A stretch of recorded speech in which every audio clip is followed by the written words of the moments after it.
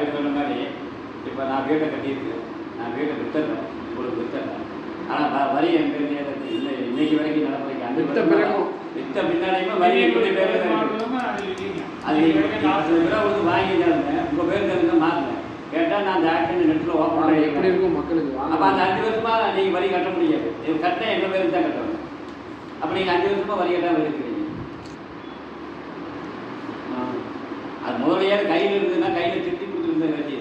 இப்போ குப்புசாமின்னு பேர் மாற்றி இருந்ததுனால அதை அடிச்சுட்டு கூட மாற்றி எழுதி கொடுத்துருக்காங்க. இப்போ கம்ப்யூட்டரில் போட்டதுனால நெட்டில் போட்டதுனால அந்த ஆக்ஷன் ஓப்பன் ஆகிருக்காங்க. ஓப்பன் ஆகாமல் கிட்டத்தட்ட ஆஃபீஸில் கிட்டத்தட்ட 1000 அப்ளிகேஷன் தேடி நம்மளே கேட்குறாங்க 5 வருஷம் முழுவதும் நீங்கள் இங்கேயே கூட வீடியோ லெவலில் கொடுத்தா கூட நம்ம இருக்கிறத பேசி மாற்றி அதை வாங்கிக்கலாம்.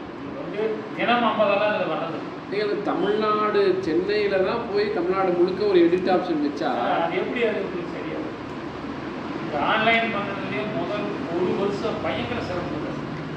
2023 இல்லைன்னு ரசீது போல நெட்டில் பண்ணுறது பிரச்சனை ஏன் அவங்க என்ன பண்ணாங்கன்னா அங்கே தலைமை தேர்தல் இருக்கோன்னு இடுவா பஞ்சாயத்தில் இன்றைக்கி எவ்வளோ வருமானம், இந்த மாதம் எவ்வளோ வருமானம், இந்த மாதம் எவ்வளோ செலவுன்னு அங்கே பட்டம் எடுத்து பார்த்துக்கிறாங்க. பாக்கி ஒரு வேலை எப்பயும் நடக்கிறது இல்லை.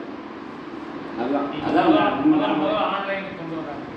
ஆன்லைனுக்கு கொண்டு வந்து கிட்டத்தட்ட ஒரு 4 மாதம் நாங்கள் வரியே வாங்க முடியும். ஏன்னா ஆன்லைனுடைய வெப்சைட் அதெல்லாம் எதுவுமே ஓப்பன் ஹேங் ஆகிட்டே இருந்தது. ஓப்பன் ஆகலைங்க, பண்ணவே முடியல.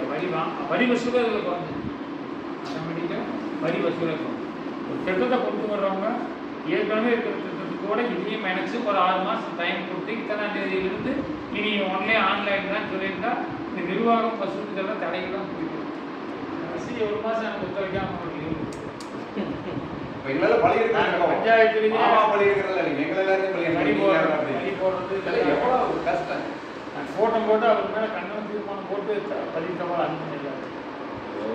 கிளர்க்கு மேலே இவரை ஒத்துழைக்காமல் பொதுமக்களுக்கு சிரமம் ஏற்படுத்தக்கூடிய எந்த விதமான அனுமதியும் இல்லாமல் போட்டார். அப்படின்னு ஒரு 60 வரி கடைசியாக இருந்து அதெல்லாம் போட முடியாதுக்கான 1 மாதம் லீவு தான். அது இவர் ரெடி வேறட்டே லீவ் வர முடியும். முடிகிற போது அடுத்து வருமானம் வேலை செய்யுது. எனக்கு அங்கே வேலை இன்னைக்கு வேலைக்கு இதுன்னா ஒரு கிளர்க்கிட்ட கூடுதல் இருக்குது, இன்னொரு கிட்ட கம்மியாக இருக்குது. ஆனால் பார்த்தா இந்த நடைமுறையில் இருக்குது.